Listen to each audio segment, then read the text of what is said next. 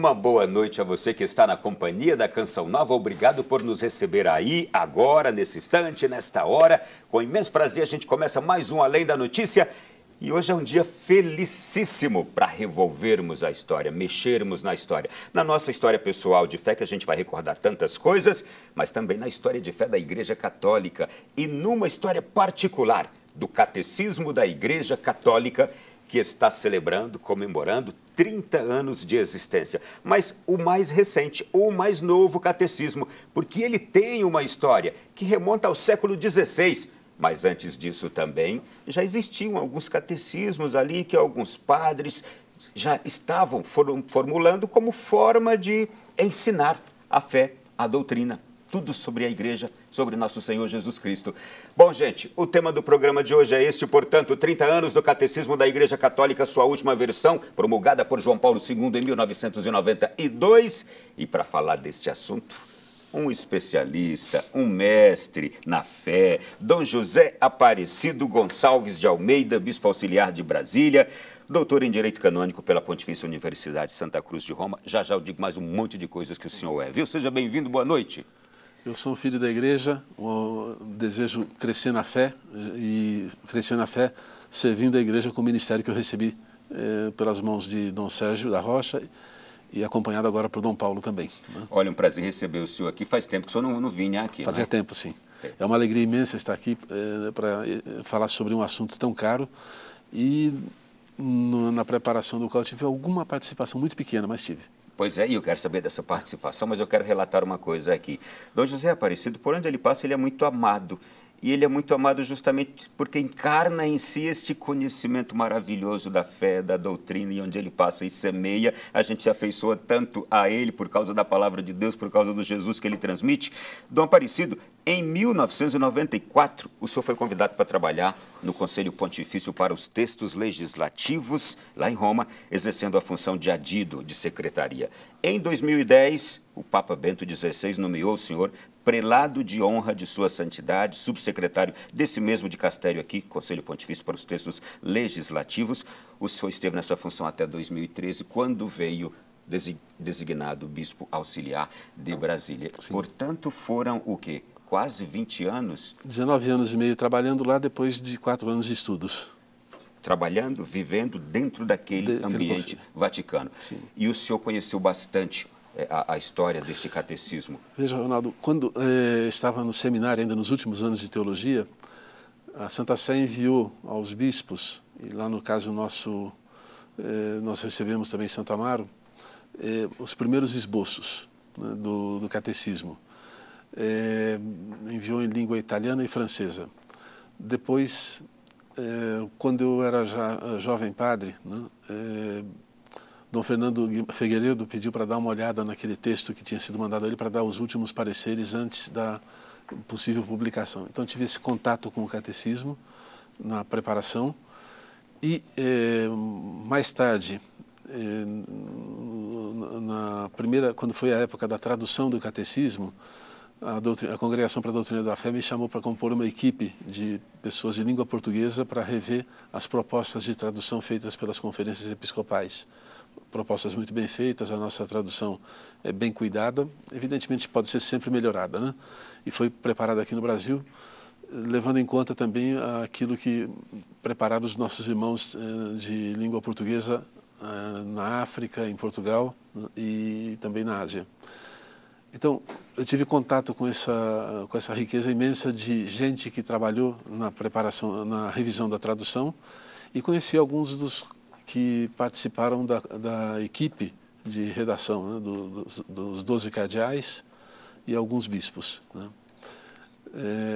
Então, para mim foi um momento muito rico de experiência eclesial, sabe, que eu estava vendo, eu não preparei o catecismo, mas estava vendo acontecer na minha mesa até. O senhor acompanhou a gestação dele? Sim. Vendo acontecer na minha mesa um presente de Deus para a igreja, né?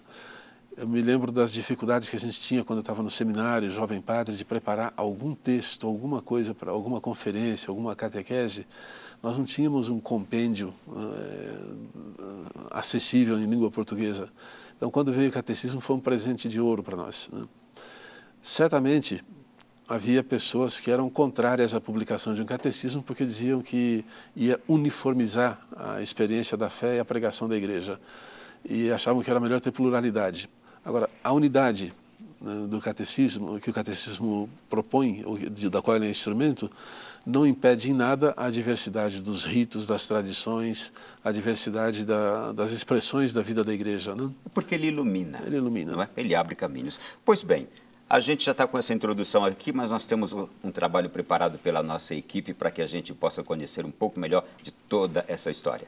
Em 1985, o Papa João Paulo II convocou uma Assembleia Especial do Sínodo dos Bispos.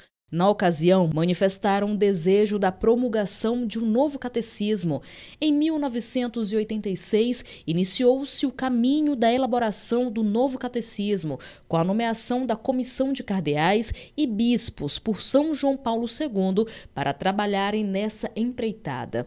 O catecismo da Igreja Católica que conhecemos e consultamos hoje foi apresentado oficialmente à Igreja e ao mundo em dezembro de 1992.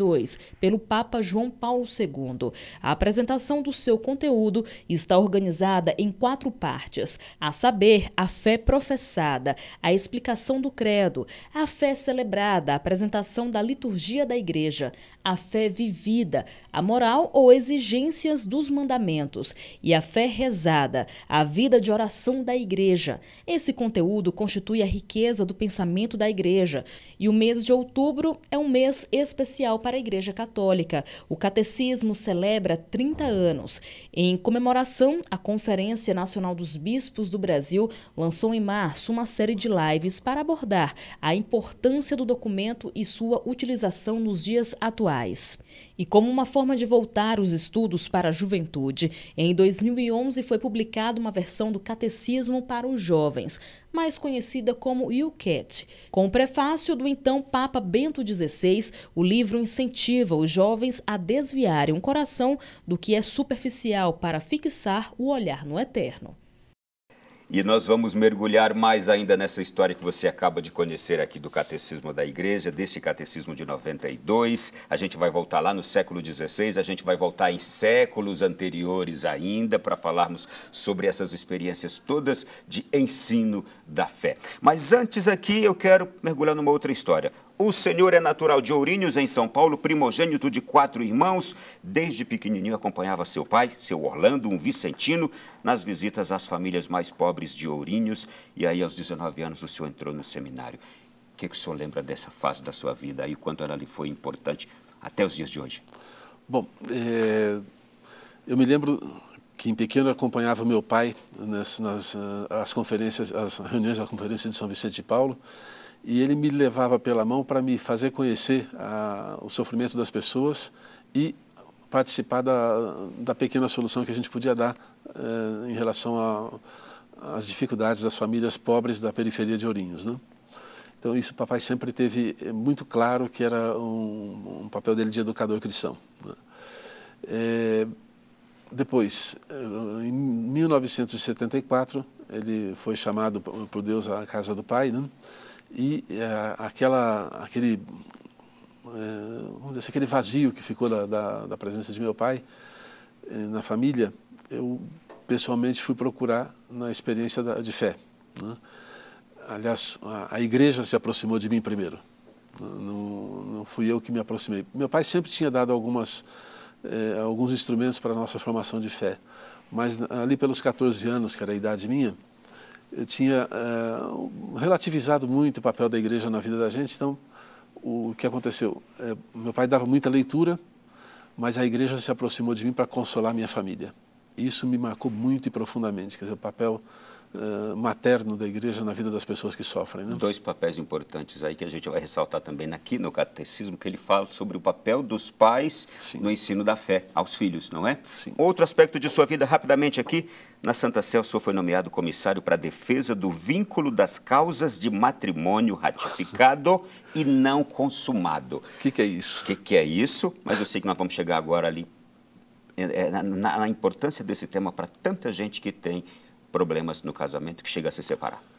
Sim. Bom, os casamentos podem ser celebrados validamente ou invalidamente. Quando um casamento é celebrado sem aqueles requisitos para validade, ele nunca existiu. Embora tenha a aparência, a vida conjugal inicial, pelo menos, né?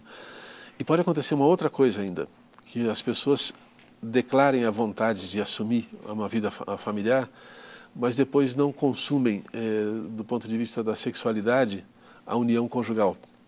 Então, quando não há essa consumação, a igreja tem a autoridade para dissolver esse vínculo ainda imperfeito, né, sacramental, e dar a possibilidade a essas pessoas de procurarem uma nova vida, renovar sua vida. Vamos dar um exemplo disso, do que é consumar o vínculo conjugal? Eu posso dar um exemplo aqui? Pode sim.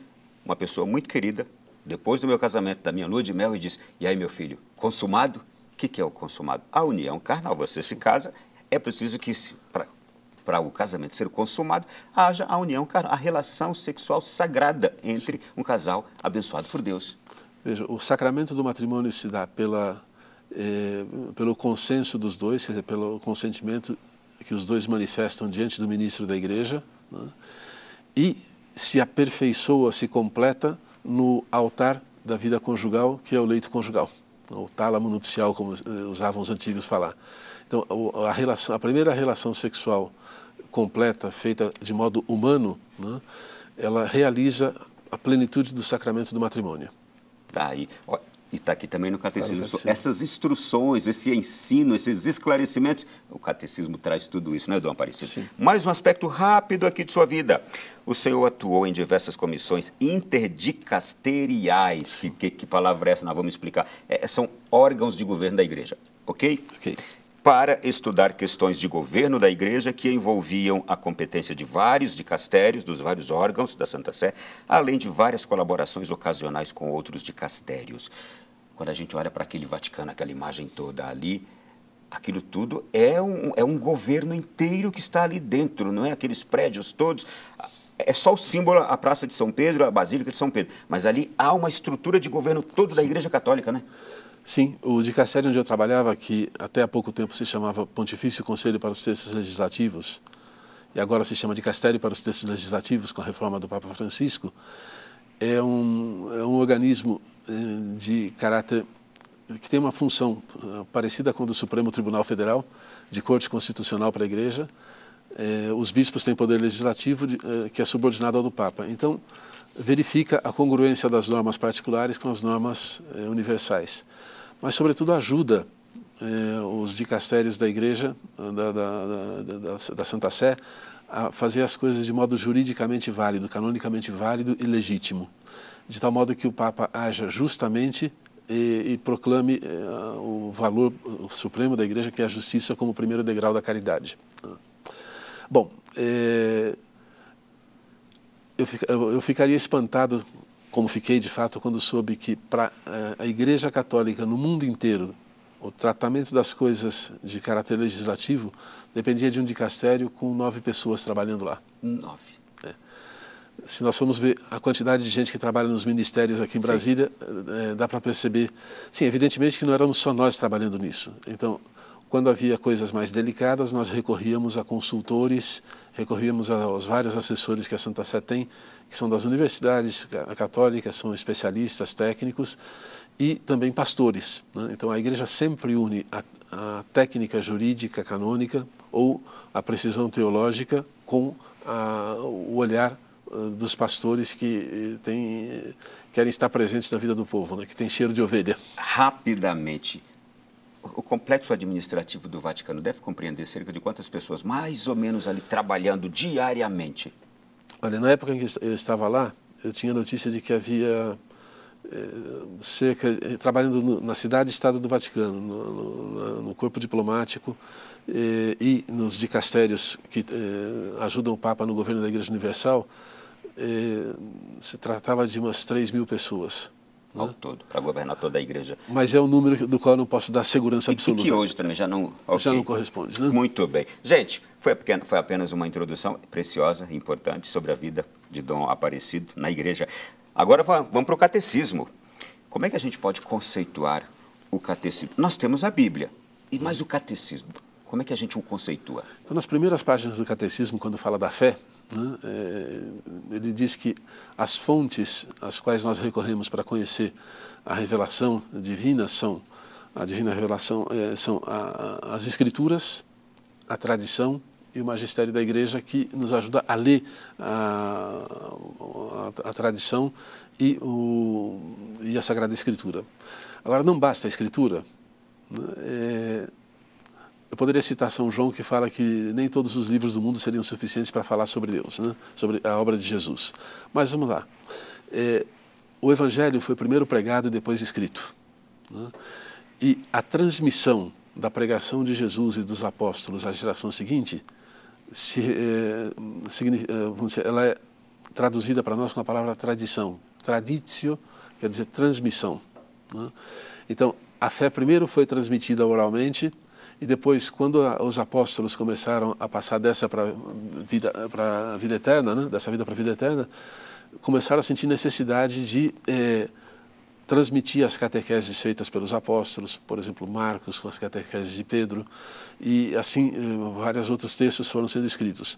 Com a morte do último apóstolo, começaram a recolher várias formas de textos catequéticos que eram usados na instrução dos catecúmenos, na evangelização.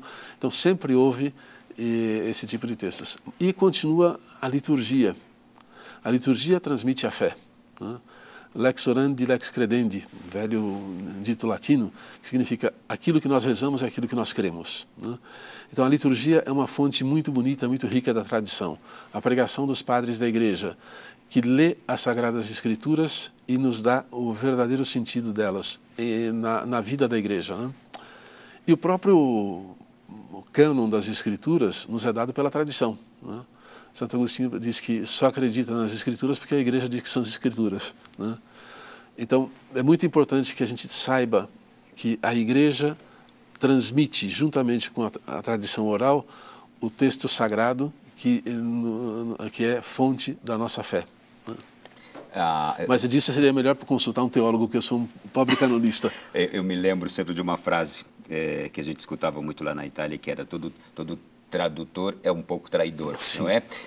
Todavia, o catecismo ele se tornou uma forma de atualizado chegar às gentes, sim, chegar a todos os povos, não é isso? De tornar a fé ao alcance, mais palatável, tirar dúvidas da atualidade com base sólida nas Escrituras. É isso? Bom, o catecismo, se você for ver aqui, reúne textos das Escrituras, textos da tradição, que é dos padres e dos doutores da Igreja, dos grandes santos. Você pega a parte 4 sobre a oração, feita pelo padre Corbon, né?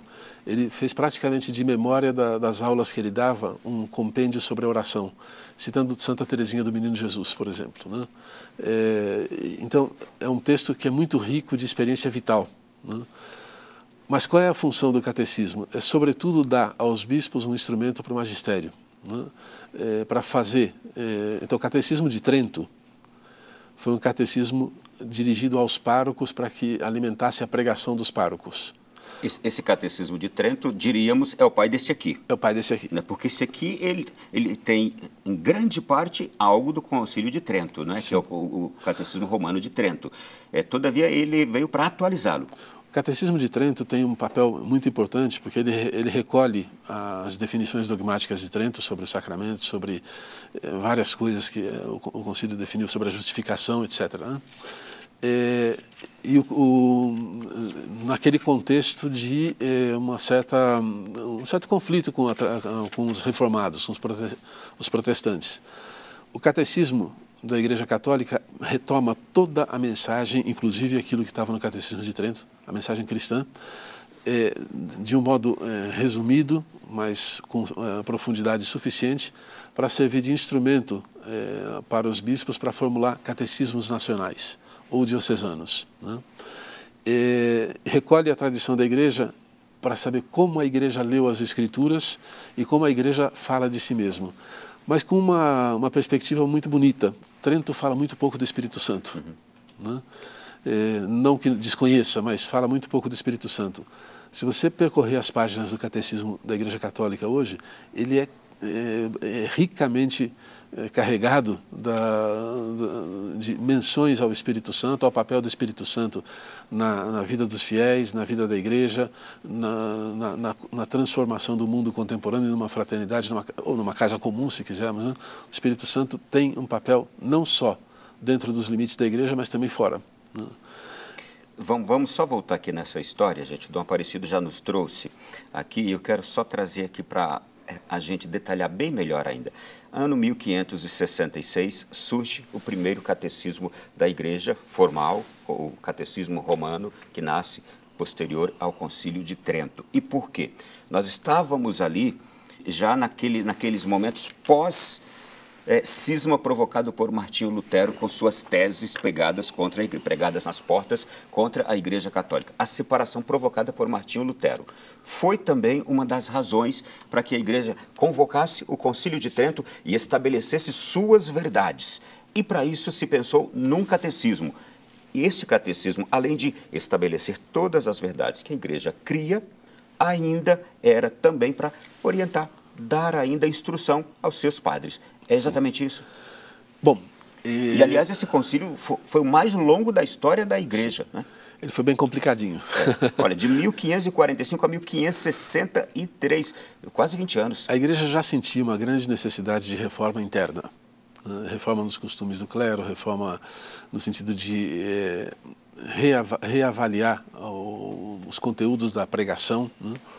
E o Catecismo de Trento, na esteira do concílio, recolhe essa pregação com essa chave que alguns chamam de contra-reforma, de resposta às ideias dos protestantes, que eram veiculadas onde? Não era simplesmente com a Bíblia. Em 1528, bem antes do Catecismo da Igreja, do Catecismo de Trento, Altamer, um teólogo protestante, escreveu um catecismo. Em 1529, Lutero escreveu um outro. Então, Lutero, o caminho que Lutero fez na reforma protestante não foi feito só com as escrituras, embora ele tinha o catecismo também, né? Bom, São Pedro Canizio já havia escrito catecismos também, vários santos que eram pastores tinham escrito pequenos compêndios, mas isso vem de longa tradição na Igreja, né? Santo Agostinho escreveu De Catechizandis Rudibus, né? Um texto sobre a catequese, sobre como instruir religiosamente aqueles que têm maior dificuldade de conhecimento intelectual.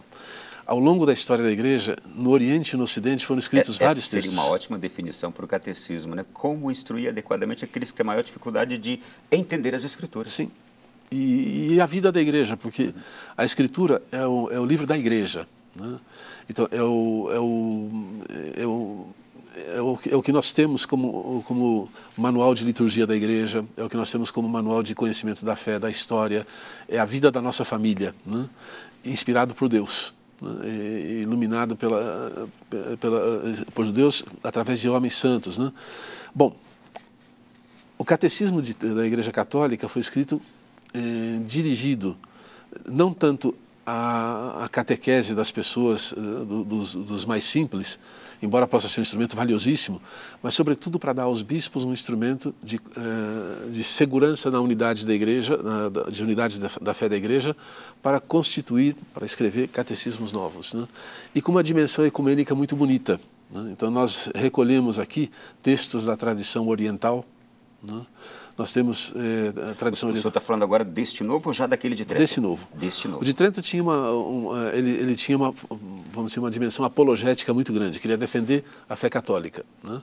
E era muito importante no momento. Esse quer defender a Igreja como mãe amorosa que quer buscar a unidade de todos os crentes em Cristo, né? O termo seria realmente isto, uma atualização para esses tempos agora. E com essa dimensão ecumênica muito forte, né?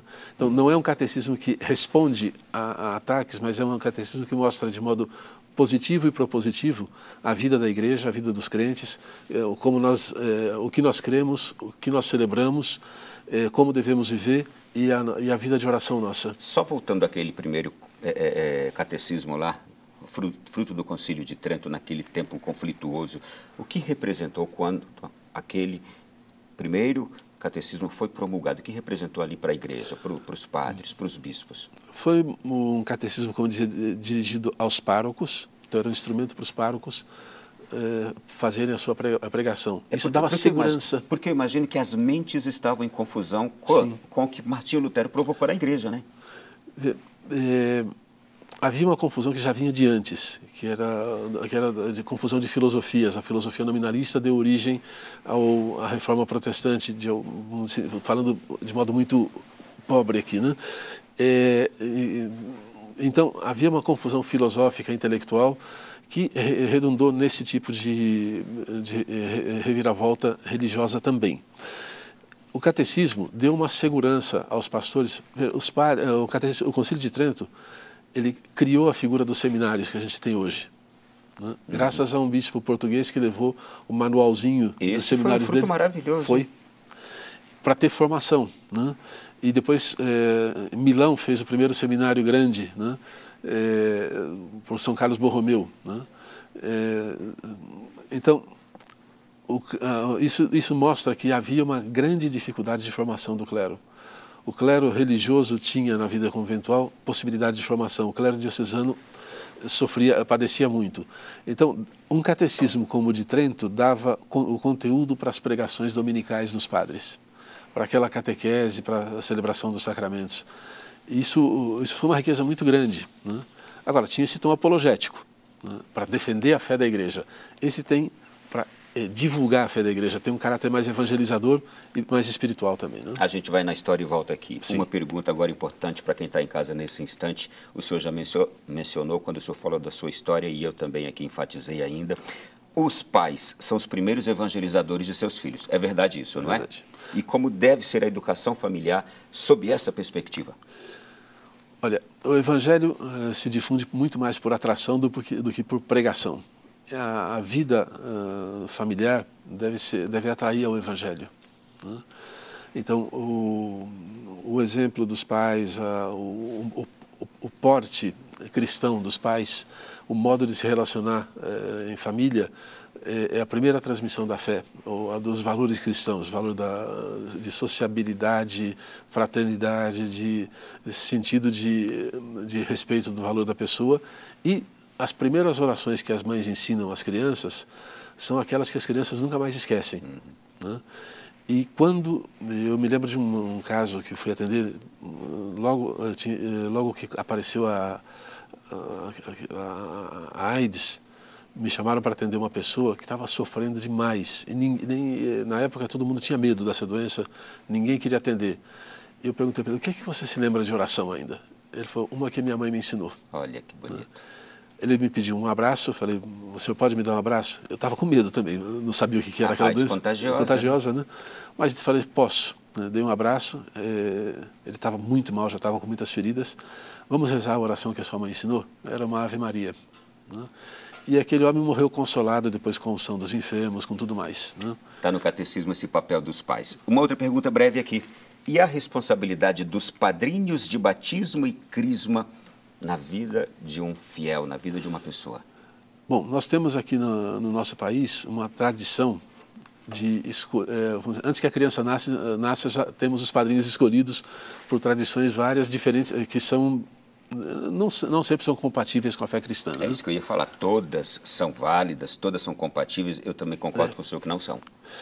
Então, o papel dos padrinhos nasceu com aqueles que apresentavam os candidatos a entrar na igreja nos tempos de perseguição e davam segurança de que aquela pessoa estava sinceramente interessada no caminho da fé, e essas pessoas eram encarregadas pela igreja de acompanhar o catecumenato, de ajudar a pessoa a ser introduzida na vida da comunidade cristã. Então, o papel fundamental dos padrinhos é, juntamente com os pais, dar testemunho da fé e colaborar, ou às vezes até substituir, em caso de falta, os pais. Esse papel tem sido bastante relativizado, diminuído, e nós precisamos recuperar o valor dos padrinhos, que é participar da educação na fé das crianças, né? Olha, gente, ou dos adultos também. Esse primeiro bloco já está ficando aqui, mas tem muito mais assunto aqui para a gente discorrer sobre essa questão do catecismo, o papel da catequese, o papel do catequista, a história ainda e os temas, os conteúdos que estão aqui, as questões morais que o catecismo ilumina a vida da igreja, ainda mais em tempos conturbados como este agora que a gente está vivendo. Aqui está a segurança sobre quanto ao ensinamento da igreja a respeito de tudo aquilo que hoje vem perturbando a nossa mente nessa sociedade. Ele está mais que atualizado para responder essas questões, mas a gente trata disso daqui a pouquinho, depois do intervalo. É uma noite muito especial, a gente poderia estar aqui soltando fogos, aqueles fogos de artifícios bonitos, barulhentos não porque é noite, né, Dom Aparecido? Mas para comemorar esses 30 anos do Catecismo da Igreja Católica, a gente tem que fazer realmente uma grande festa no nosso coração, viu, gente? No último dia 11 agora de outubro, o Catecismo completou, o Catecismo da Igreja, este novo, atualizado, 30 anos. Lembramos aqui do saudoso João Paulo II, São João Paulo II. Eu já quero aproveitar para parabenizar o senhor e toda a CNBB, porque no último dia 14 agora a CNBB completou 70 anos também. Então, nossos cumprimentos a todos os bispos do Brasil. Mas vamos lá, Dom José Aparecido, falando do nosso catecismo da Igreja Católica, este jovem de 30 anos aqui. Olha só, gente, eu tenho um texto aqui que diz assim: como uma mãe que ensina seus filhos a falar e, com isto, a compreender e a comunicar, a Igreja, nossa mãe, nos ensina a linguagem da fé para introduzir-nos na compreensão e na vida da fé. Número 171, Catecismo da Igreja Católica. Existem citações lindas nesse catecismo, não é? Esse catecismo é muito rico, né?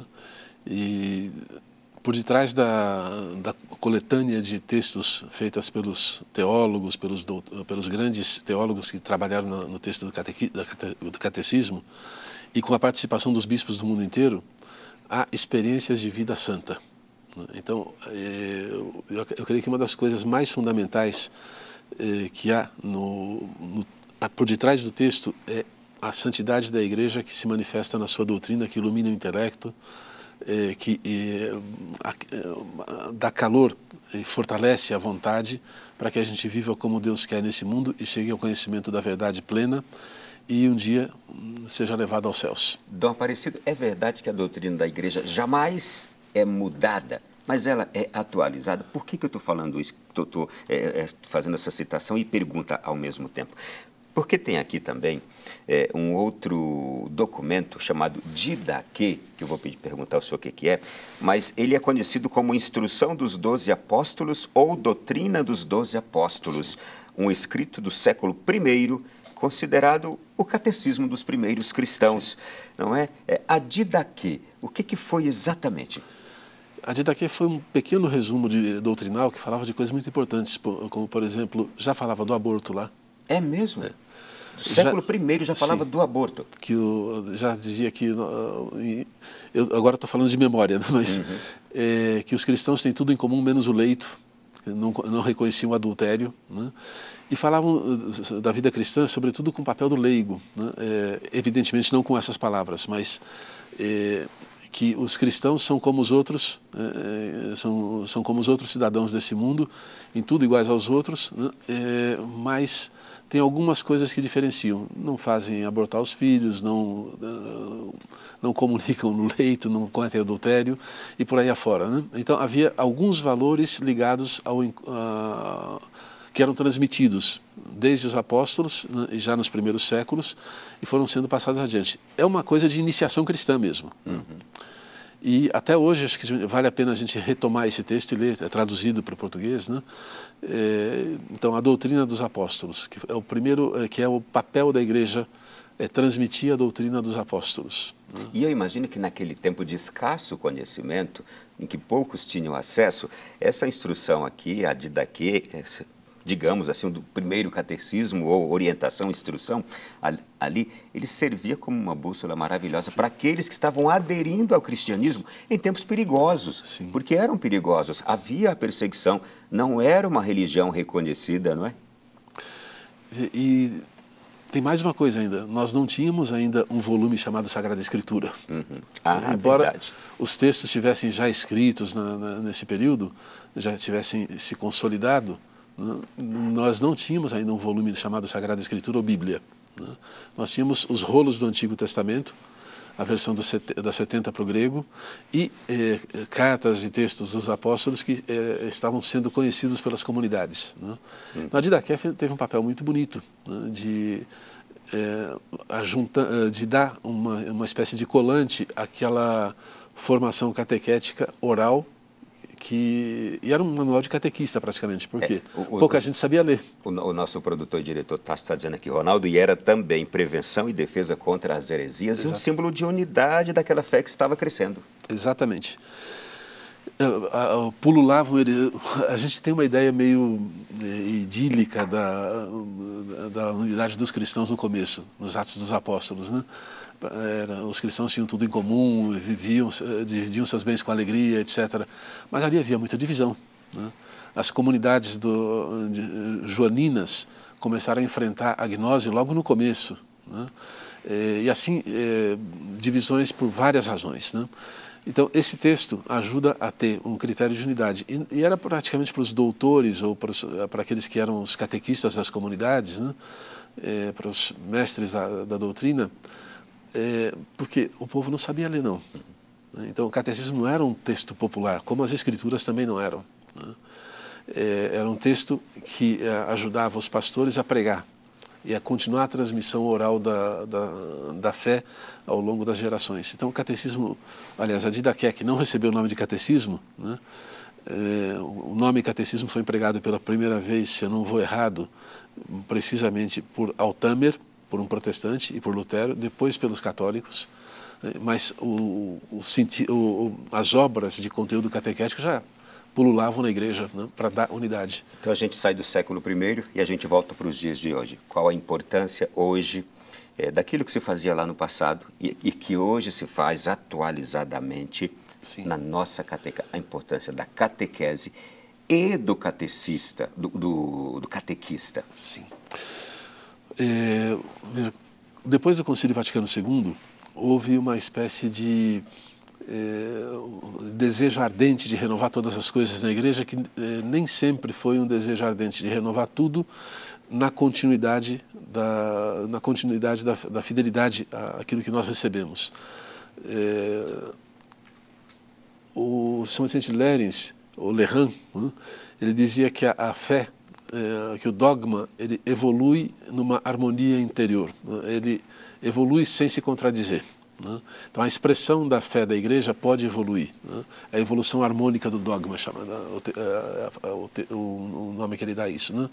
A evolução harmônica do dogma significa que a fé que nós transmitimos vai se relacionando com a vida da comunidade eclesial no seu tempo e o seu modo de explicar, o modo da igreja de explicar a fé, vai dando respostas aos problemas do tempo, ou vai procurando dar respostas aos problemas do tempo.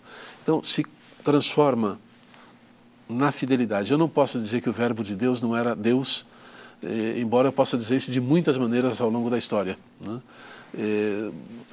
De maneira mais espiritual, de maneira mais técnica, de maneira mais filosófica, enfim. Mas a história vai obrigando a igreja a se expressar melhor sobre si mesma, sobre o seu Deus e sobre a humanidade, né? Então, essa é a evolução harmônica do dogma, fiel ao que nós recebemos dos apóstolos, mas também fiel àqueles a quem nós devemos pregar hoje, né? E o catecismo cumpre essa função, né? E aí, onde entra a grandeza de importância do catequista? Quem deve ser o catequista? Veja, Ronaldo, eu distribuo livros, não é evangelização. Eles são instrumentos. E acho que todos nós temos a lembrança de alguém que me falou da fé, ou que, mais do que falou, em quem eu vi a fé cristã escrita pelo dedo de Deus, que é o Espírito Santo. São os santos. Mas a transmissão da fé se dá pela experiência de uma comunidade de fé, né? Os livros nos ajudam, mas a nossa religião católica não é a religião do livro, é a religião do Verbo de Deus que se fez carne. se fez carne na vida da igreja e deu origem à vida da igreja, né? Então, é na igreja, corpo de Cristo, da qual nós somos membros, que nós recebemos a seiva viva da doutrina como alimento de vida eterna, né? Agora, o instrumento serve porque a gente não consegue memorizar tudo. E a experiência dos antigos nos ajuda a saber como fazer isso, viver isso hoje, né? Então, o papel do catequista. O papel do catequista é ser a voz viva da igreja. Por isso o catequista tem a responsabilidade de conhecer isso, não para ler. Eu não vou para os encontros de catequese para ler doutrina, mas para transmitir vida. E a vida vivida em Cristo, né? Certo que eu vou transmitir doutrina, mas ela tem que ser ligada, conexa com a vida, né? Que é isso que gera santos e evangelizadores. E eu faço agora, desse momento aqui também, uma homenagem a tantíssimos catequistas que fazem isto, marcando a fé, marcando a vida de pessoas que conhecem a Jesus e que passam a sua vida inteira testemunhando, porque um dia tiveram a grande contribuição de um catequista. Eu tenho certeza que a gente traz na memória aqui a figura de muitos catequistas que passaram pela nossa vida, você aí de casa também. Certamente fica a nossa homenagem de pessoas que dedicaram dezenas de anos da sua vida catequizando, ensinando a fé. E aqueles que estão começando também. Por outro lado, é que eu não quero trazer coisas negativas, mas uma catequese precária faz mal também, né? Faz. Veja, eu vou dizer um pouco o contrário disso, mas quando eu fui para o seminário, nós não tínhamos ainda manuais de teologia, tratados de teologia refeitos segundo o Concílio Vaticano II. Tínhamos muitas opiniões, né, de professores muito sábios, doutos, etc., mas algumas vezes coisas complicadas. Eu confesso que eu carregava no meu bolso o catecismo dito de São Pio X, de pergunta e resposta, porque eu aprendi a rezar com aquelas orações e aprendi a descobrir Deus a partir daquelas perguntas e respostas. E depois fui descobrindo as Escrituras e na experiência da minha família de oração, de encontro com os pobres, aquele catecismo foi um roteirinho muito importante, né? Inclusive para evitar alguns equívocos que, por falta de documentação em língua portuguesa, a gente tinha na época, né? Então, uma catequese bem feita previne muita coisa, né? Uma catequese bem feita sobre, por exemplo, a teologia do corpo, sobre quem é o ser humano, né? O ser humano que Deus criou, homem e mulher, né? Ajuda a perceber a vocação ao matrimônio, ajuda a perceber a beleza do celibato, né? E ajuda a perceber que a nossa vida está intimamente ligada, a nossa felicidade está intimamente ligada com o cumprimento da vontade de Deus, no nosso corpo, na nossa alma, no nosso ser inteiro, né?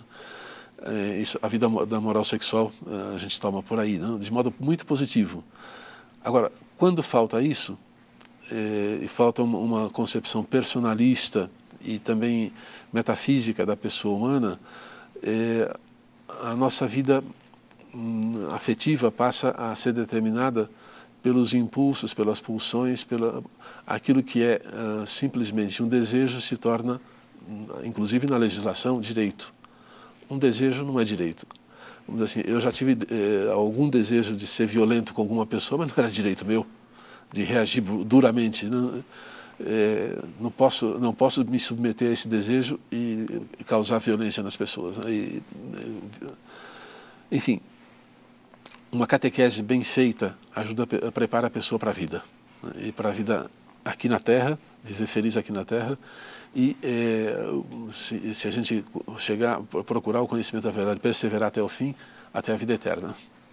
O senhor mencionou aqui o Catecismo de São Pio X, que também era chamado de Catecismo da Igreja, Catecismo da Doutrina Cristã. Foi em 1912 que esse catecismo surgiu, tinha a função de resumir o Catecismo Romano, que era aquele do Concílio de Trento do século XVI, e chamado oficialmente de Catecismo da Doutrina Cristã, ficou conhecido também como Catecismo de São Pio X.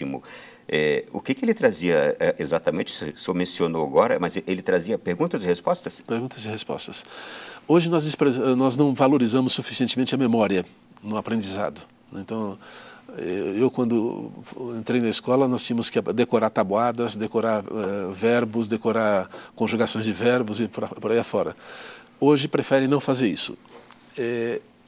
As crianças aprendem por memorização mais do que por outro meio. Mas o que o Papa São Pio X fez? Ele foi pároco de uma paróquia de roça, lá na redondeza de Veneza, por perto de Veneza, e ele queria que as crianças fizessem a primeira comunhão, mas queria preparar adultos e crianças. Então o que ele fez? Ele compôs um livrinho de perguntas e respostas que ele usava na catequese das crianças dele. Como aquelas provas orais que a gente faz. Exato. Então começava lá, quem é Deus? É o Espírito perfeitíssimo e eterno, Criador do céu e da terra. Né? E aí iam falar, é lógico que a gente aprendia aquilo e não sabia entender bem o que era. Mas quando eu fui fazer teologia, eu percebi que aquelas coisas lá tinham o seu significado. E eu aprendi a rezar ao Deus unitrino, aprendi a diferença entre Deus e as criaturas, inclusive a mais excelsa das criaturas, Nossa Senhora, no próprio catecismo.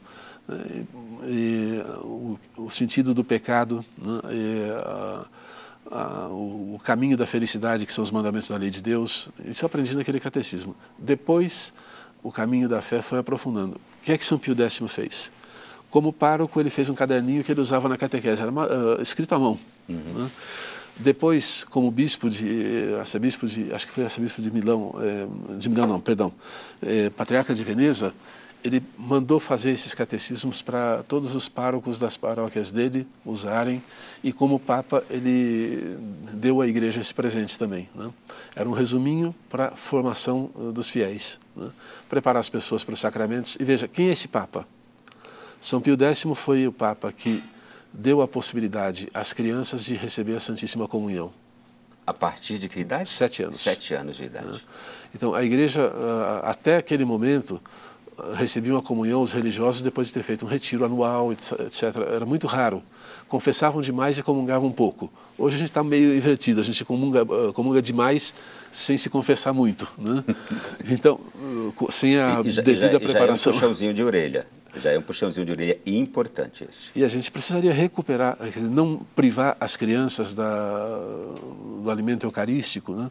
Se as crianças forem desde cedo alimentadas na fé, com o conhecimento da verdade, receberem o sacramento da Eucaristia, receberem o sacramento da penitência, criança comete pecado de criança, mas peca.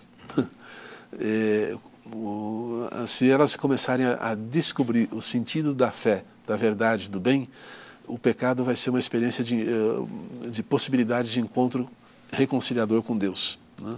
Mesmo a experiência do pecado tem um papel a providência de Deus toma isso como caminho de encontro com o Senhor. Esse catecismo de São Pio X, ele pode ser utilizado numa catequese, não pode? Ele pode ser usado como complemento. Agora, algumas coisas sobre, por exemplo, a organização da Igreja, alguns elementos doutrinais, a Igreja expressou melhor no catecismo da Igreja Católica. Vou inverter minha pergunta. A metodologia dele pode ser aplicada? A metodologia dele é ótima. Ajuda a decorar, sim, ou seja, a guardar no coração, a guardar na memória. Isso faz falta para nós, né? Como os nossos irmãos evangélicos decoram versículos bíblicos, a gente pode decorar catecismo e Bíblia também, mas o importante é que ele que ele dê esse conhecimento que ilumina a inteligência para que a gente possa viver melhor a vontade de Deus. Né? O próprio Papa Emérito Bento XVI, ele fala justamente isso aí que o senhor está falando também. O que pode mudar é a maneira de transmitir os conteúdos da fé. Ele diz, a fé como tal é sempre idêntica, não é? Portanto, o Catecismo de São Pio X conserva sempre o seu valor. Agora vamos lá. O modo de catequizar de hoje difere muito do modo de outrora? O senhor entende isso? Bom, difere. Veja, quando eu era criança, né, já faz isso uns 50 anos, nós vivíamos num ambiente de cristandade. Quer dizer, a comunidade tinha vamos dizer assim, uma atmosfera cristã, católica, e a gente tinha valores cristãos, uma linguagem comum. Né? Então, era um consenso. Era um consenso grandemente majoritário, e quando nos transmitiam as primeiras orações, ao longo da vida a gente ia aprendendo que o casamento é para sempre, ia aprendendo várias... Hoje a gente não pode dar nada disso como óbvio. Nós não recebemos esses valores no ar que a gente respira. Não estamos mais no regime de cristandade, nós estamos num ambiente que se aproxima cada vez mais do mundo agnóstico ou pagão, embora haja muita religiosidade, mas de conhecimento dos valores cristãos, da fé cristã, já não é mais aquele consenso que havia na época. Então, a transmissão da fé e a catequese hoje, ela tem que passar por um processo querigmático. O anúncio da verdade fundamental, que Jesus me amou e se entregou por mim, que o Verbo de Deus fez carne, que ele veio para resgatar o mundo do pecado e da morte. Então, as verdades fundamentais da fé precisam ser anunciadas e experimentadas na vida das pessoas. Isso, uma comunidade eclesial missionária, com a palavra de Deus no centro, pode fazer. Então, um grande papel na evangelização. No meu tempo tinha lá o Catecismo de Pergunta e Resposta e um livrinho chamado História Sagrada, que era um resumo do Antigo Testamento e da história dos Atos dos Apóstolos e da história da Igreja, que era um modo de se aproximar da Bíblia. Hoje a gente precisa colocar a Bíblia na mão das pessoas e ajudar a redescobrir na Igreja o valor das Escrituras e da Palavra de Deus.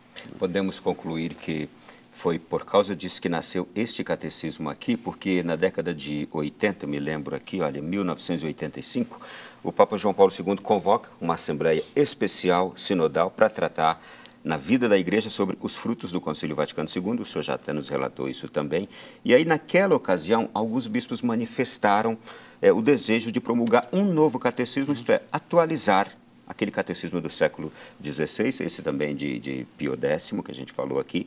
E aí, em 1986, começa o caminho de elaboração deste novo catecismo aqui, com a nomeação de uma comissão de cardeais. E aí, quando os bispos sugerem isso a João Paulo II, ele responde prontamente, ele disse, sim, eu também concordo, está na hora da gente atualizar. E foi assim que nasceu, por esta necessidade dos tempos de hoje, de reconhecermos que são necessários mais argumentos, mais convencimento, mais consciência, mais querigma. Sim.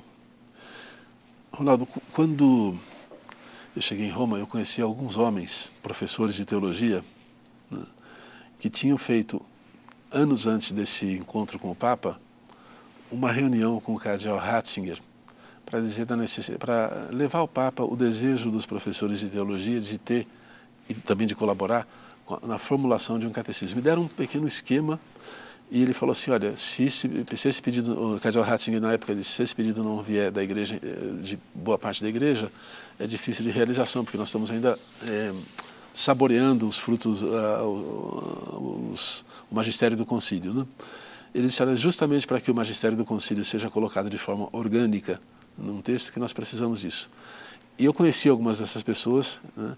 Depois isso foi que já estavam velhinhos na época, e me deu muita alegria ver quanto amor à igreja havia nessas pessoas, né?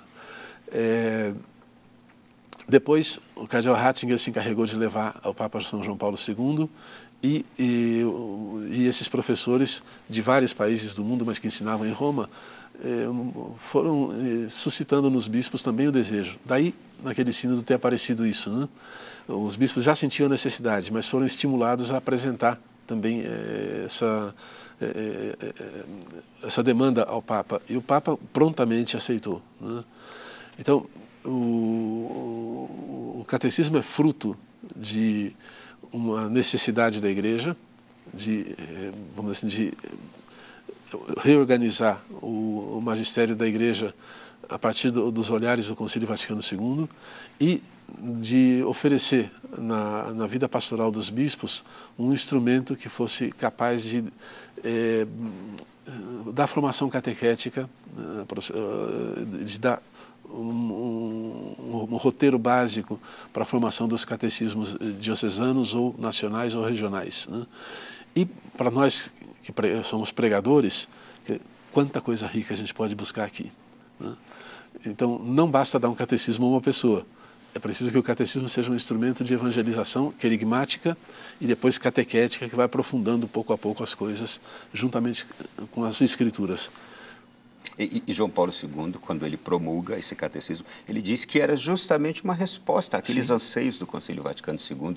E aí ele promulga um documento chamado Fidei Depositum, ou melhor, ele emite um documento, publica um documento, e nesse documento ele promulga esse catecismo aí, na época, uma grande que é uma novidade. Constituição Apostólica, um dos documentos mais solenes que a Igreja tem para promulgar alguma norma ou para promulgar um texto dessa qualidade. Então, documento solene significa isso aqui é de vital importância para a Igreja. Então vamos lá, foi na Constituição Apostólica Exatamente. Fidei Depositum que ele promulgou o catecismo. Exatamente.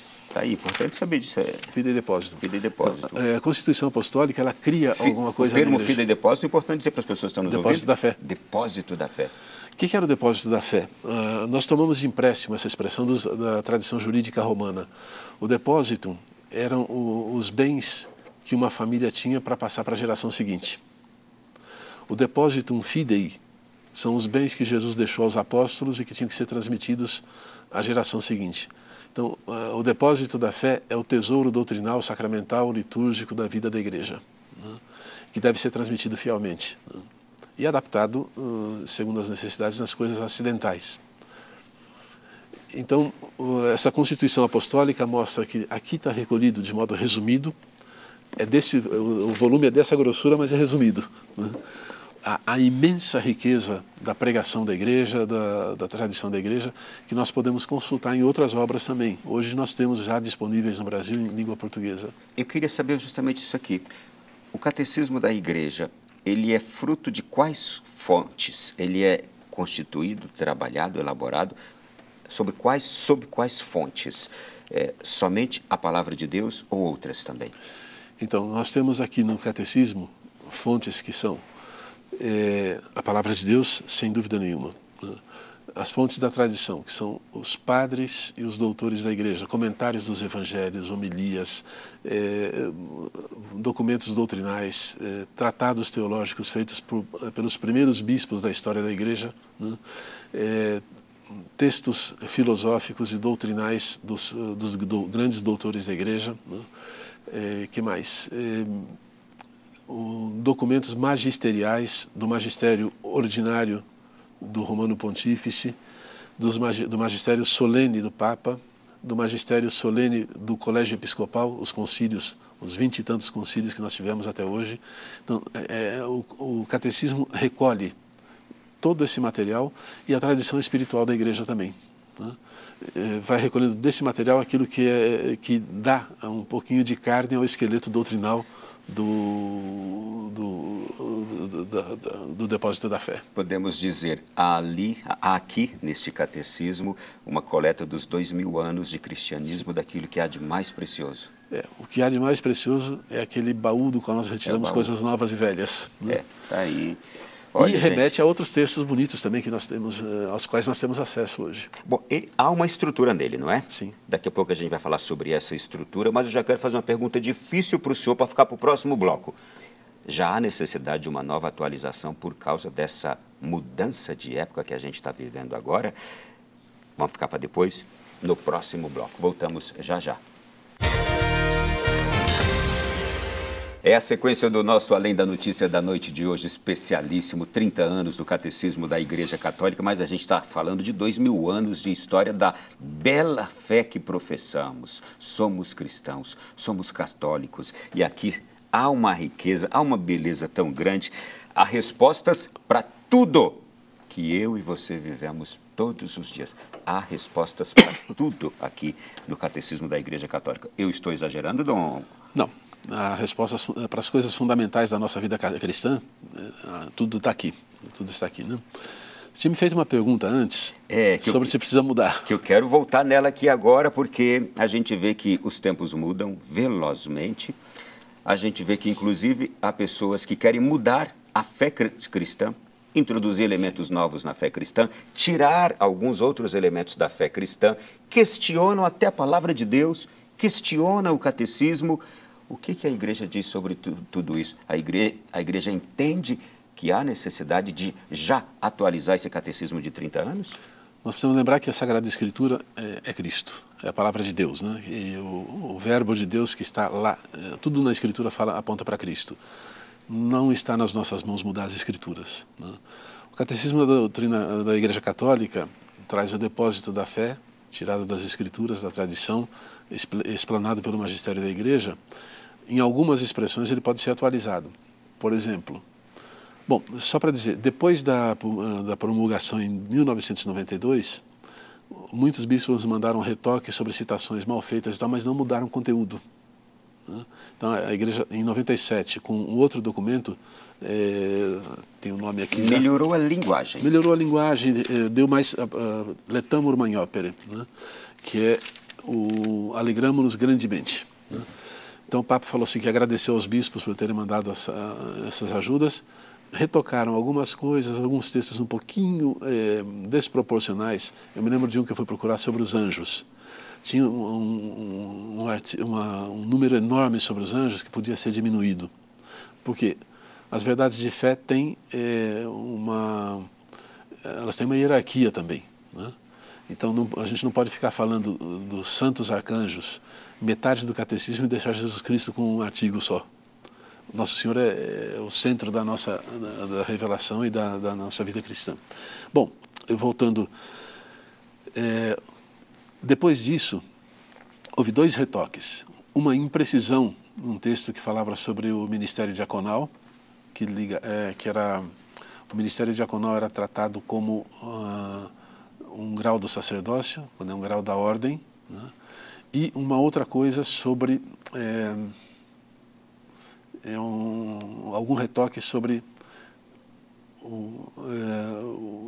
documentos magisteriais que o Papa fez sobre o valor da vida, né? Então, sobre o aborto, sobre a eutanásia, mas não alteravam o conteúdo, mas davam o grau de autoridade que esses documentos propunham. E, por fim, com o Papa Francisco, a mudança da formulação sobre a questão da pena de morte, né? Já João Paulo II tinha mexido nisso e, então, houve uma diferente apreciação da doutrina da Igreja sobre a pena de morte, né? Que não era doutrina definida, era uma conclusão teológica dada pelos moralistas, né? Enfim, esses pequenos retoques mostram que há algumas coisas que podem evoluir, que não são doutrina definida, mas nesses 30 anos foram 4 ou 5 trechos do catecismo que foram retocados para maior precisão, não para mudar o conteúdo, né? Então, dá para ver que o valor e a estabilidade da doutrina da Igreja nesse sentido, juntamente com vamos dizer assim, com a possibilidade de melhorar a expressão do conteúdo doutrinal. Então, é isso que o catecismo faz. Dom Aparecido, eu vou fazer aqui uma formulação agora de uma questão que, para mim, é fundamental para o entendimento de todos. Nós estamos vivendo tempos agora de homens muito fracos. Uma sociedade, eu acho que isso é aceitável por quem está ouvindo agora, de homens fracos humanamente, fracos espiritualmente, distantes das experiências de fé, em seus valores, em sua moralidade, e por causa disso têm surgido muitos questionamentos. Por exemplo, questionamentos quanto ao aborto, à pena de morte, ao celibato, à ordenação de mulheres, suplicando à Igreja a ordenação de mulheres, à questão homossexual. Eu, por exemplo, quando eu vou tocar em quaisquer desses assuntos aqui, eu tomo o catecismo da Igreja Católica. Sim. A Igreja sente essa pressão também da sociedade para mudar, propor mudanças àquilo que ela pensa já ao longo de 2000 anos?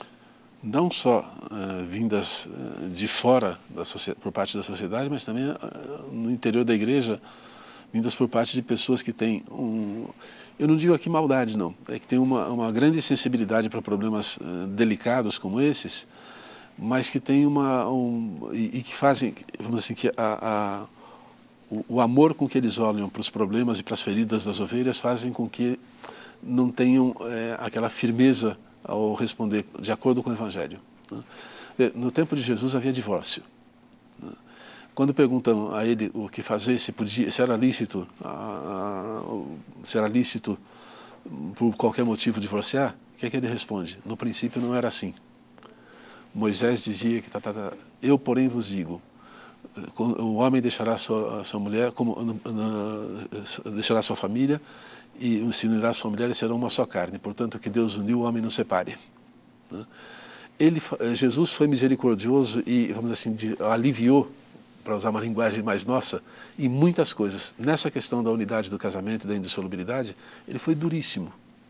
Ele arrochou bastante. Por quê? Porque isso leva isso tem a ver com a aliança que o Deus faz com o seu povo, que Cristo faz com a sua igreja, da qual o casamento é sacramento ou sinal, sinal visível, né?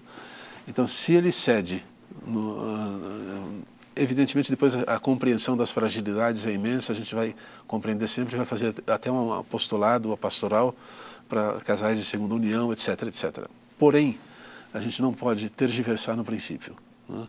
E sobre as outras coisas, os temas que você coloca, eles são muito delicados. E a igreja tem que voltar não ao desejo do mundo de hoje, mas à vontade de Jesus, aos mandamentos da lei de Deus, que são lidos sempre com a imensa misericórdia do Senhor e do seu corpo, que é a igreja. Agora, mudar a doutrina não cabe a nós. Eu não posso mudar a doutrina da igreja. Não posso mudar as verdades ensinadas pelo Evangelho. Eu posso, isso sim devo fazer, como o Papa Francisco tem lembrado, ler com grande misericórdia os problemas que as pessoas e as comunidades enfrentam, procurar conhecer, integrar as pessoas, né?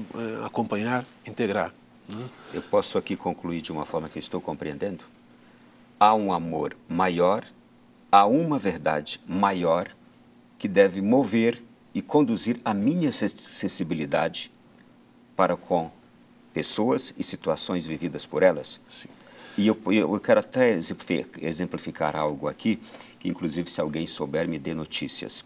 Eu tomei conhecimento na década de 90 de uma mãe no Rio Grande do Sul, que ela estava grávida e parece que a mão dela entrou no moedor, numa moenda. E ela foi levada ao médico e o médico disse que teria que amputar, só que para isso teria que anestesiar. Se anestesiasse, ela corria risco de perder o bebê. E ela disse assim: doutor, pode amputar sem anestesia.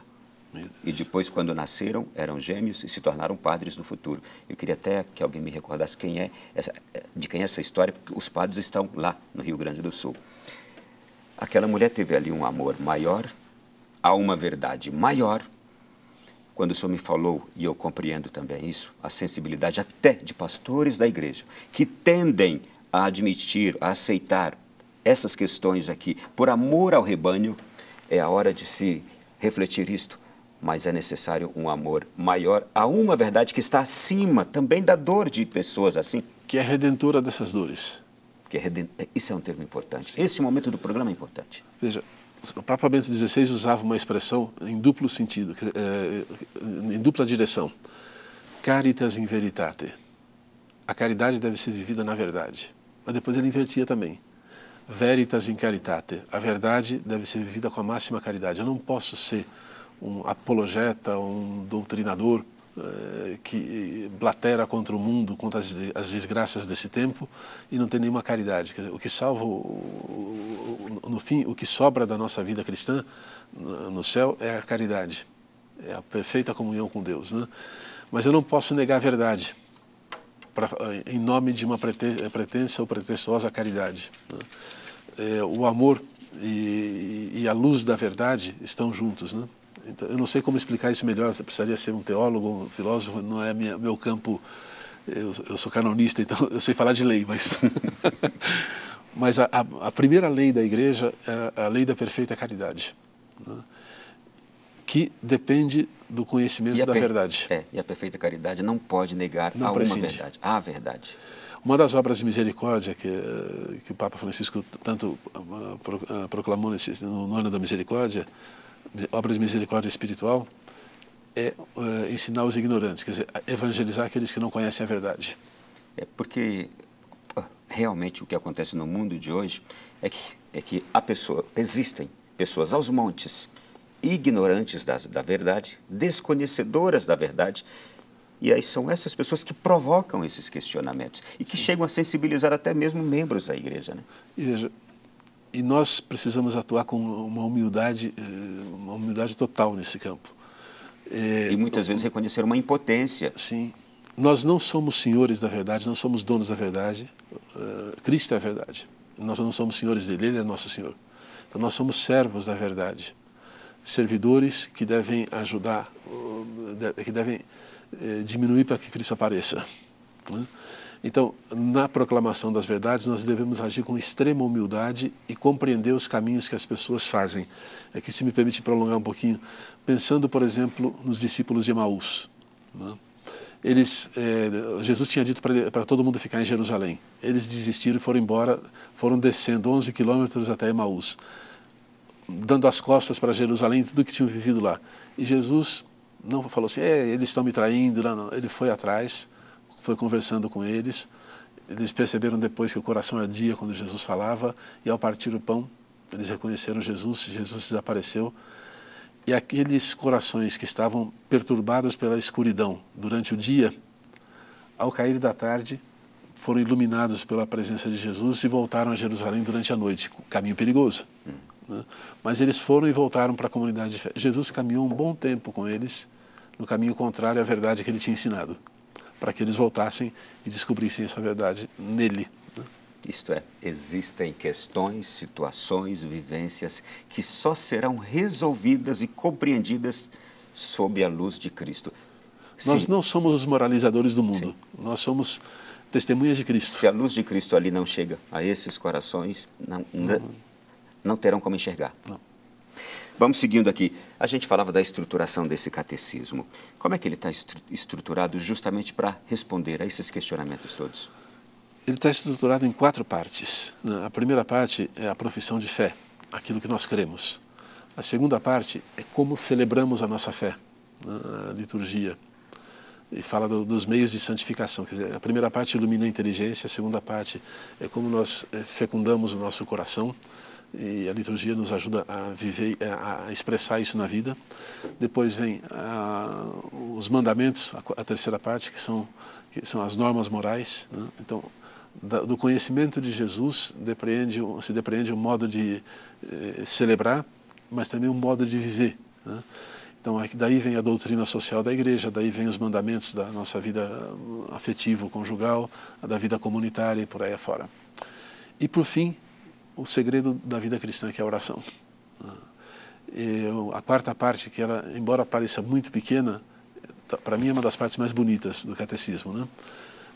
Ela foi escrita pelo padre Corbon, lá no Líbano, quando ele se aposentou, era professor de liturgia, foi morar no Líbano, e me consta que ele estava escrevendo com uma maquininha Olivetti, com o fichário dele. A maquininha foi destruída, ele terminou de escrever à mão, né? E de memória, porque o ficháriozinho dele das aulas de professor de liturgia tinham destruído também, tinha sido... Então, é um texto em que você nota a experiência vital do autor material, que a igreja recolheu e abraçou, né? E os outros são de grandes teólogos, o cardeal Schönborn, que trabalhou muito na revisão do texto francês, né, que foi o texto original. Depois foi passado para o italiano, e sob os olhares do cardeal Ratzinger, e depois foi traduzido para as outras línguas a partir da edição típica latina, né? Então, é uma riqueza muito grande. Então, nós podemos viver aqui essas 4 dimensões da vida. A fé que ilumina a inteligência, né? A experiência da fé que toca o coração e santifica a nossa vida, ilumina, aliás, fortalece a vontade para cumprirmos os nossos deveres morais. Então, isso da parte de Deus. E da nossa parte, a oração que nos ajuda a encontrar o Deus a quem nos amou primeiro e a quem nós queremos amar. Esse catecismo, gente, ele está acessível a todos nas livrarias católicas todas, até aqui na loja virtual da Canção Nova, só entrar, você pode pedir o seu, mas ele também está acessível na internet, é só baixá-lo, para conhecer essas verdades da nossa fé. E olha, a igreja faz um esforço tremendo para tornar cada vez mais acessível também na linguagem, na forma, e por isso criou o YouCat, que é um compêndio do catecismo para a juventude. Sim.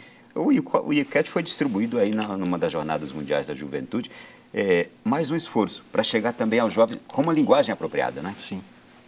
Tem o YouCat sobre a doutrina, a profissão de fé, o YouCat sobre a moral católica, né? Sobre a teologia, o que hoje chamam teologia do corpo, né? Sobre a moral afetivo-sexual. Depois nós temos o compêndio do Catecismo da Igreja Católica em perguntas e respostas, que foi preparado pela própria doutrina da fé, né? Que ajuda a recuperar o valor da memória. Mas tem uma coisa bonita no Catecismo que a gente quase não fala. Se a gente vai aqui nas páginas iniciais dele, vamos ver se eu acho aqui, nós temos não só textos escritos, hoje acho que, deixa eu ver se eu acho aqui, não só... Esse aqui é grosso e grande, gente. Existe o catecismo em vários modelos e formatos também. Tem até um lindão, que é uma versão comemorativa. Comemorativa. E agora está sendo revista a tradução para aparar algumas gralhas e deixar o texto mais redondo, né, na língua portuguesa. É um trabalho que a CNBB vai dar de presente à Igreja Católica no Brasil por ocasião dos 30 anos do catecismo. Fantástico. Né? O que o senhor encontrou aí? É o seguinte, o Papa Bento XVI dizia que não basta simplesmente ler textos antigos. É preciso olhar para a arte cristã.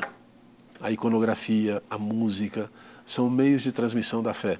E o catecismo tem, nós podemos ver aqui, várias gravuras ou fotografias de esculturas, de ícones que, vamos dizer, escrevem a fé na forma de pintura ou de escultura, né? Aliás, os iconógrafos não gostam de dizer que eles pintam.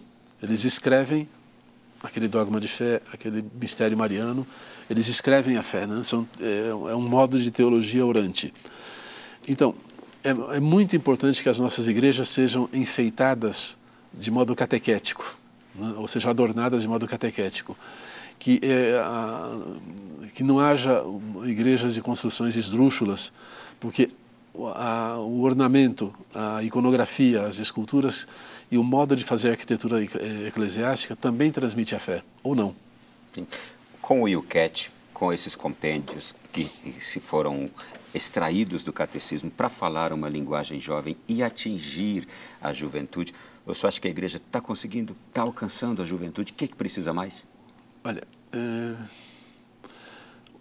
eu trabalhei um pouco com o pastoral da juventude, mas encontro muitos jovens, né? E vejo que eles têm um interesse muito grande, pelo menos os que estão próximos da igreja, têm um interesse muito grande e vão procurar coisas. Quando nós não oferecemos, eles procuram e encontram coisas boas e coisas menos boas, na internet, nas mídias sociais. Então, a igreja tem um instrumento na mão precioso para formar. Você quer ver, por exemplo, o pessoal que quer a consagração à Nossa Senhora pelo método de São Luís Grignion de Montfort. Se nós não damos a formação adequada, segundo a doutrina, sim, de São Luís Grignion de Montfort, mas vista com os olhares da Lumen Gentium, capítulo 8º, que é a doutrina mariana dentro da doutrina sobre a Igreja do Concílio Vaticano II, se nós não fazemos isso, as pessoas vão procurar e vão encontrar mestres que são menos capacitados para esse tipo de ensinamento e de catequese. Então, e vão criar divisões na igreja. Assim, a doutrina da igreja nós podemos encontrá-la na internet, mas o lugar da formação espiritual, eclesial, doutrinal é a comunidade cristã. E esses instrumentos, o YouCat e outros catecismos, são muito importantes, mas dentro de uma experiência vital de comunhão e de comunidade. O senhor tem bastante contato com os jovens da Renovação Carismática, das novas comunidades. Eu imagino que nas crismas, onde o senhor chega, nas comunidades paroquiais também. Eu escutei recentemente de uma pessoa uma observação seguinte, de que a gente vê muitos jovens fora, afastados da igreja, mas a gente percebe também uma adesão bem mais forte e consistente daqueles jovens que estão voltando para a igreja. É real isso também? Se você percorre Brasília, eu falo por Brasília aqui, né? Dizem que os jovens estão afastados da igreja. Evidentemente, há muitos jovens afastados da igreja, ou que estão distantes por uma razão ou por outra. Aqui não entra nenhum juízo sobre as motivações. Mas se você passa pelas igrejas nas celebrações litúrgicas, a quantidade de jovens que estão nas nossas igrejas é enorme. né? Nós temos aqui em Brasília uma igreja que é muito jovem, muito rica de juventude, né? Tanto nos ministérios, quanto na catequese, quanto na participação nas missas, né? Depois, a catequese que elas receberam, a gente precisaria ver, mas o fato de estar numa comunidade viva, que está celebrando os louvores do Senhor, que está buscando cumprir a vontade de Deus, um caminho de santificação, já é sinal de que o Evangelho suscita interesse na juventude quando é bem apresentado. A gente tem visto dados estatísticos que tem diminuído o número de católicos no Brasil, mas eu também já ouvi uma outra observação que me chamou a atenção. Tem diminuído o número dos que se diziam católicos, mas daqueles que estão na igreja se percebe também um fervor, um vigor, uma vivência maior. Qual é o seu pensamento sobre isso? A gente não deve nem se assustar, mas nem ficar tranquilo, né? O nosso papel não é converter as pessoas na marra, mas é anunciar o Evangelho oportuna e inoportunamente. Então, é não esmorecer no anúncio do Evangelho, é ser evangelizadores. E usar de todos os meios catequéticos, dos meios de comunicação, para chegar com o Evangelho à casa das pessoas. Depois, nós amamos a liberdade daqueles a quem nós anunciamos. É o Espírito de Deus que toca o coração deles, como tocou o meu, e ela vai responder cedo ou tarde, de um jeito ou de outro, ao que Deus propõe. Então, o papel nosso, de catequistas, de padres, de bispos, é anunciar sem cessar. Ide pelo mundo inteiro e anunciar o Evangelho a toda criatura. Pregar o Evangelho a toda criatura. Quem crer e for batizado será salvo, e depois continua o Evangelho, todos nós sabemos, né? Então, nosso papel é esse, é sermos instrumentos do anúncio do Evangelho. Depois, o resto é com o nosso Senhor, é Ele quem toca os corações. Eu não convenço as pessoas da beleza do Evangelho, é Cristo que convence, né?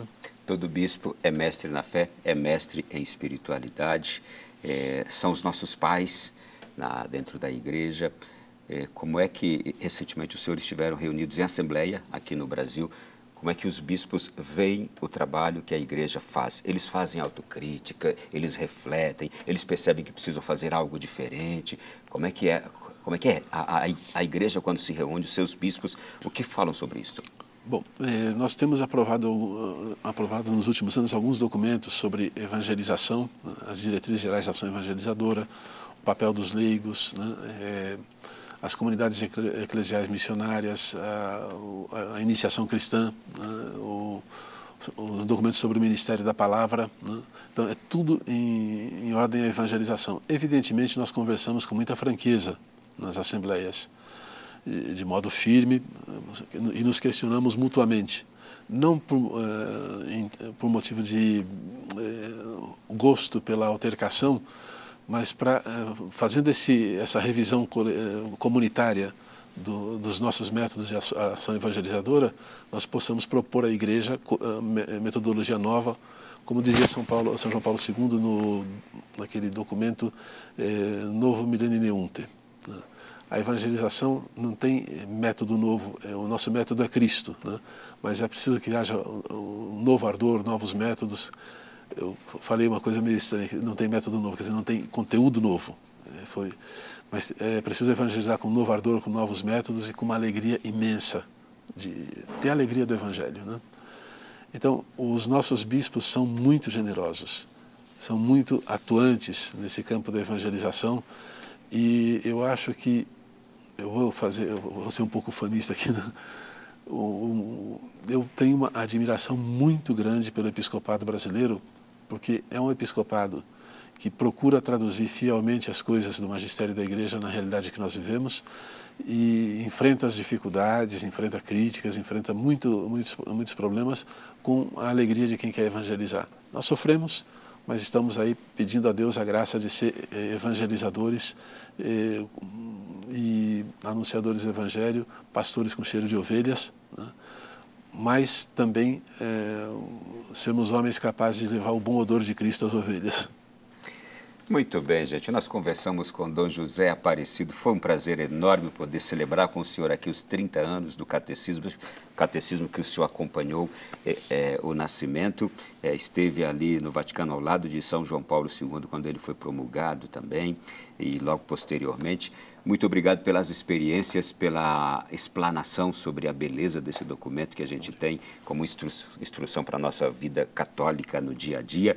E obrigado por mais uma vez estar aqui conosco. Eu que agradeço e agradeço também a paciência dos nossos espectadores, da gente amiga, da família da Canção Nova, porque não são só telespectadores, são família, né?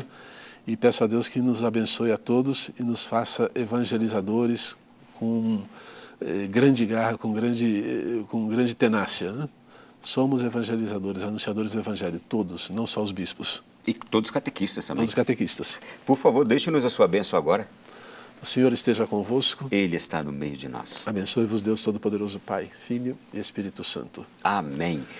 Obrigado, Dom José Aparecido. Obrigado a você. E a gente fica por aqui no programa de hoje. Semana que vem estaremos de volta com um novo Além da Notícia. Grande abraço. Até lá e fique com Deus.